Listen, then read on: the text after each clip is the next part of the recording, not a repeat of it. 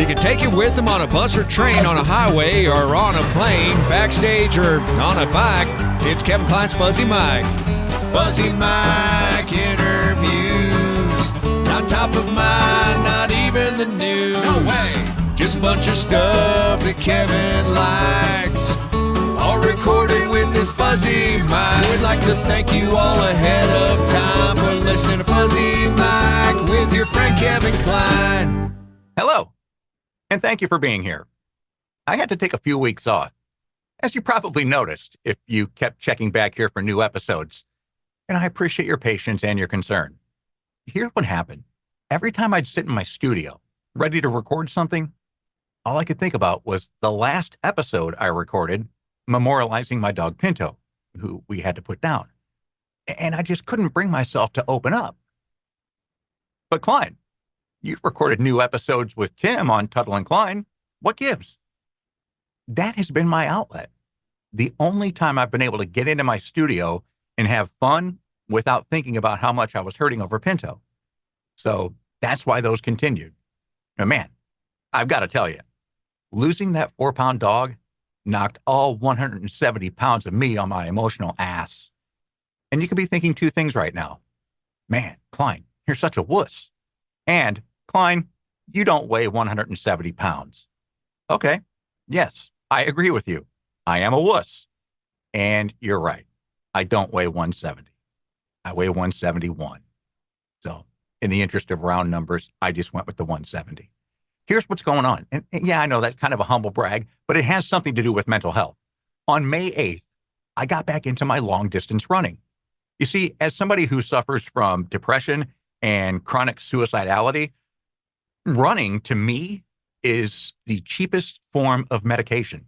I was just talking to somebody the other day and they said, I've been battling some depression and I really want to get active because I know that helps me. You don't know how much it helps you. It clears the cobwebs is what I call it. And so when I took a time off from running, I really kind of felt the weight of that. And so it's really good to be back to running. And on May 8th, when I got back into running, I weighed 185. On June 8th, 1 month ago, Trish and I started our Mediterranean diet, running 200 miles per month and cutting out processed foods and sugar. That's what's led to a 14-pound weight loss in exactly 2 months. My mental health has improved in these last 2 months. It's not like I've been on a high. It's just I've been content. Except for the past 2 weeks. I've been doing really well. The past 2 weeks, loaded with stress. And I don't handle stress well. At all. This past Saturday, I was home alone. And the thought of ending it all to eliminate the stress, it did cross my mind. What stopped me was that I didn't know how long everyone was going to be gone. And I was taking care of 2 dogs.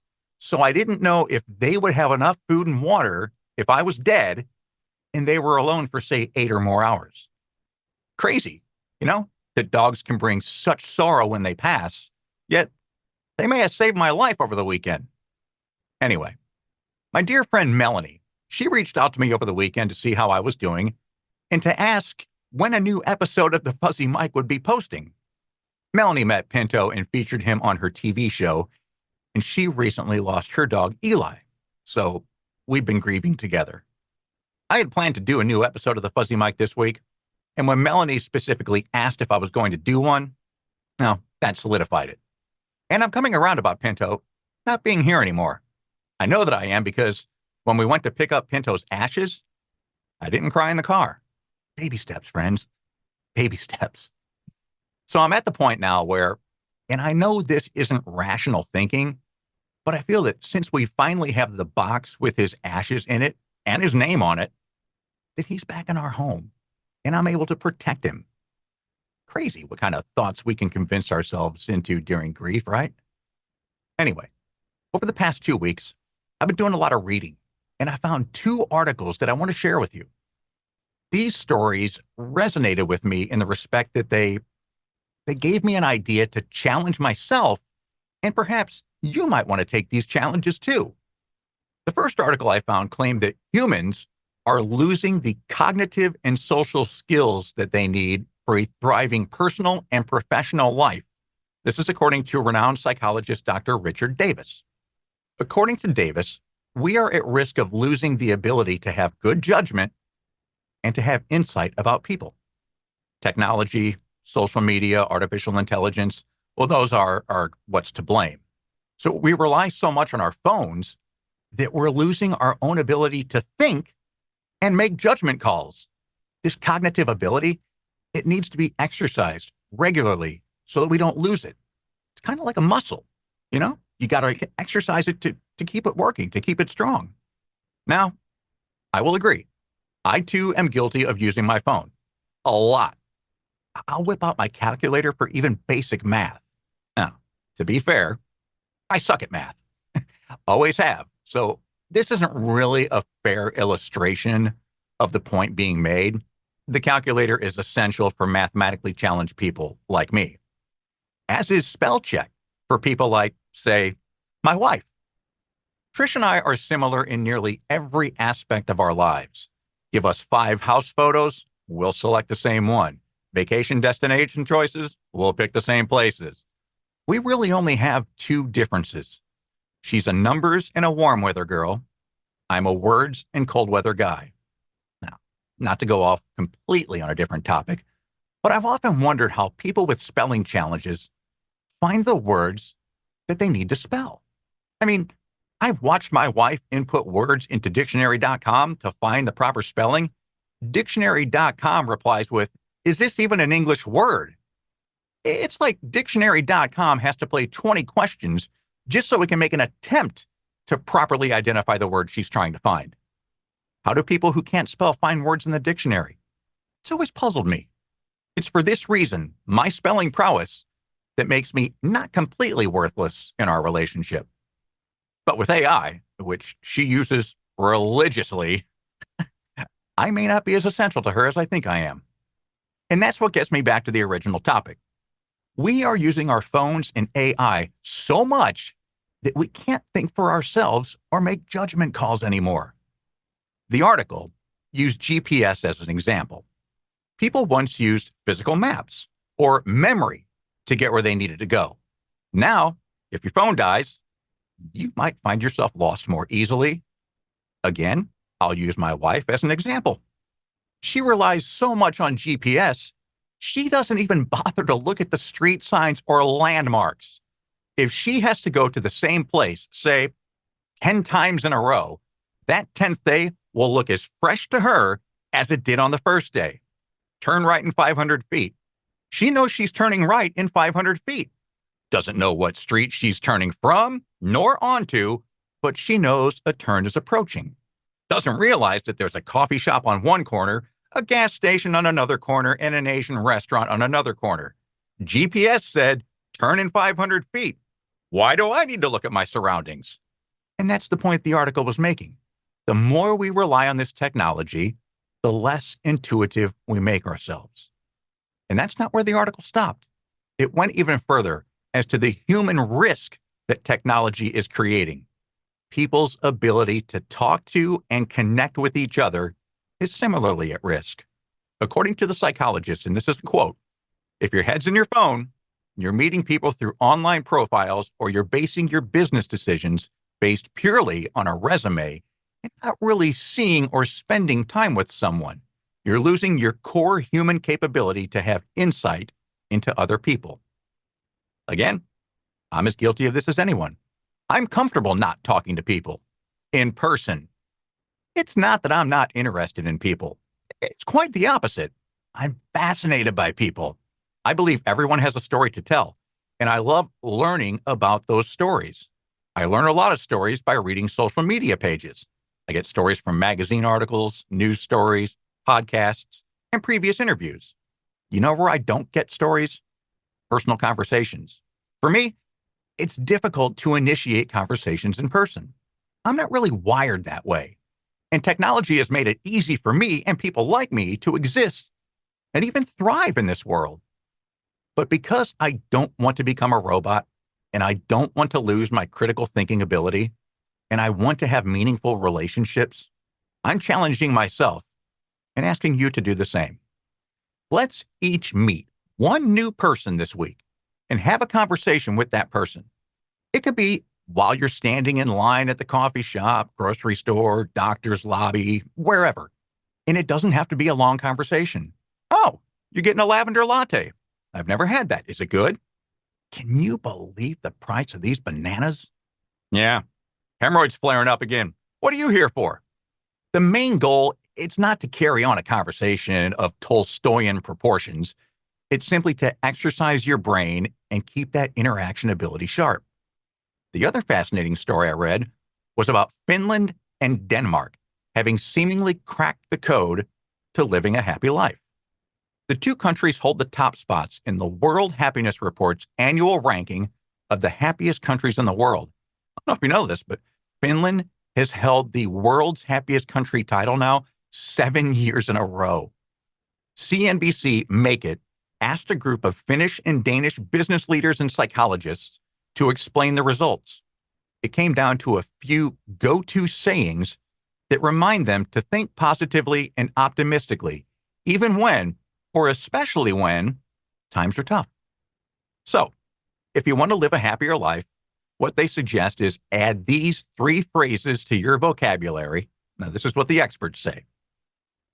Motto number 1, whatever you leave behind, you will find in front of you. It's a fairly common phrase in Finland, apparently. It implies that leaving an issue unattended will only result in a bigger issue. So if your friend makes a distasteful joke about you, for example, by you not addressing it immediately, it could give off the impression that, that's okay, and then similar jokes are made in the future. This tells me all I need to know as to why I would suck at being Finnish. I hate confrontation. I try to avoid them at all costs. I recently had a difficult conversation. It was just that, a conversation. Voices were not raised, but conflicting opinions were presented. Well, at least my opinion was presented. This really wasn't open for debate, as I was sharing my unsolicited observations of a situation. The interaction lasted all of 30 seconds, if that. I felt so stressed about it after it happened. I had a migraine for 2 days. I got reassurance and praise from those who witnessed my presentation, yet I still felt tense and terrible the rest of the week. But, and this is the honest truth, even though it was uncomfortable for me, things got back to normal after about a day, and a very recognizable change was noticed. It ended up being a positive conversation, so maybe the Finns are onto something. Then again, I would have much preferred to have not been put in that position in the first place, which would have happened had I had my head buried in my phone. Damn, personal challenges. Another happiness phrase, and this one is used by the Danes. Pyt med det. Pyt med det. Pytmedet. Pyt med det. More than 25% of Americans are stressed to the point of harming their mental health and productivity, often worried about circumstances outside of our control.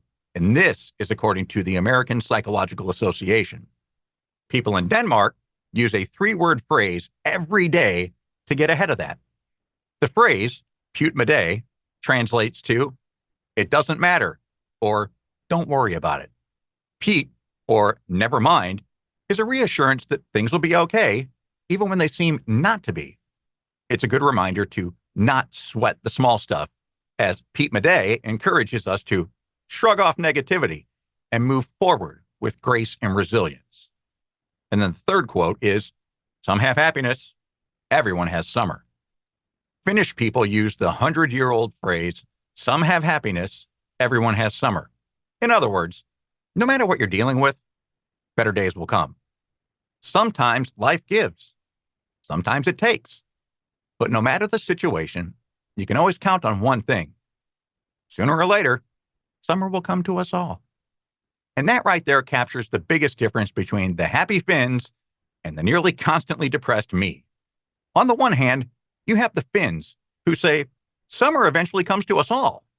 I, on the other hand, know that while summer eventually arrives in Finland, it only lasts, at best, 3.5 months. So while it does eventually come, it doesn't last long. And then you're right back into the cold, dark abyss of winter. Perhaps I need to change my thinking. So here's the challenge to myself and to you. Let's come up with our own phrases or mantras that we can turn to for happiness. If you already have one, share it with me. Direct message, comment, or email, and I'll talk about it in our next episode. Thank you for listening. If you like this episode, please give it a rating. I always tell you the truth. And the truth right now, people are leaving the Fuzzy Mike family, and our audience is decreasing. Not a good sign for a podcast, really. So if you would just give this a rating and tell someone about the show, I'd be grateful. Heck, you could actually make that the icebreaker for your new Meeting One Person challenge this week. Hey, I was listening to this podcast, The Fuzzy Mike. You should check it out. And the challenge was to meet one new person this week. Boom. Just like that, you've accomplished 2 challenges. You met someone and shared the show. My other podcast, The Tuttle and Klein Show, where my longtime radio partner, Tim Tuttle, and I create laughter through conversation and observation. That's actually on an upswing of momentum. New episodes are posted every Wednesday. I'll see you again on the next episode of The Fuzzy Mike. And thank you for downloading, watching, and supporting. I'm grateful. Thanks for listening to this episode of The Fuzzy Mike with Kevin Klein. Check back often and stay fuzzy, friends. Fuzzy Mike is a presentation of the Kevin Klein Fuzzy Mike Industry, Incorporated, LLC.